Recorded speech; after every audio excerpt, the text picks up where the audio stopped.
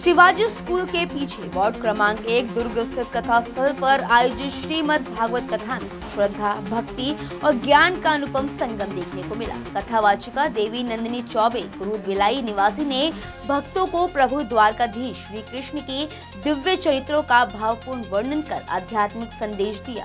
बता दें कि कथा के दौरान देवी नंदिनी चौबे ने प्रभु द्वारकाधीश के 16,108 विवाह, जरासंध वध, सुदामा चरित्र, यदुवंश का श्रेय, दत्तत्रय का कथा, राजा परीक्षित मोक्ष का विस्तार से वर्णन किया। उन्होंने कहा कि प्रभु का नाम जप ही मानव जीवन का मूल्य मंत्र है। जीव और ईश्वर संबंध अटूट है और हम सभी ईश्वर के अंश हैं, चाहे मनुष्य हो, पशु हो या प्रकृति। उन्होंने यदुवंश के विनाश का प्रसंग सुनाते हुए बताया कि जब युवा अवस्था सत्ता, संपत्ति और सौंदर्य के साथ विवेक का अभाव हो जाता है तब विनाश निश्चित हो जाता है। प्रभु श्री कृष्ण ने अपने वंश को भी अधर्म के मार्ग पर चलने के कारण क्षमा नहीं किया। यही ईश्वर की न्यायप्रियता है। कथा में राजा परीक्षित और सुखदेव मुनि के संवाद का मार्मिक वर्णन करते हुए उन्होंने कहा कि आत्मा अमर है, न जन्म लेती है न मरती है। जो जीव भावपूर्ण श्रीमद् भागवत कथा का आश्रय लेता है उसका आवागमन का चक्र समाप्त हो जाता है और उसे मोक्ष की प्राप्ति होती है। सुदामा कृष्ण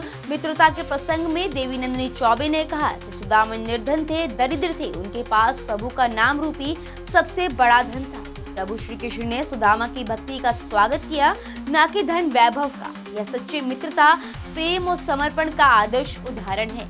कथा श्रवण के दौरान श्रोतागण भाव विभोर हो गए। भक्ति रस में डूबे श्रद्धालुओं ने उत्साह और आनंद के साथ कथा का श्रवण किया और प्रभु भक्ति का संकल्प लिया।